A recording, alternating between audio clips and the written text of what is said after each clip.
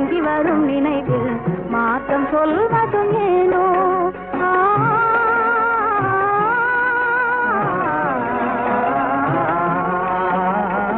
காந்தமோ இது கண்ணொளி தானோ, காதல் நதியில் நீந்திடும் மீனோ, கருத்தை அறிந்தும் நானும் ஏனோ,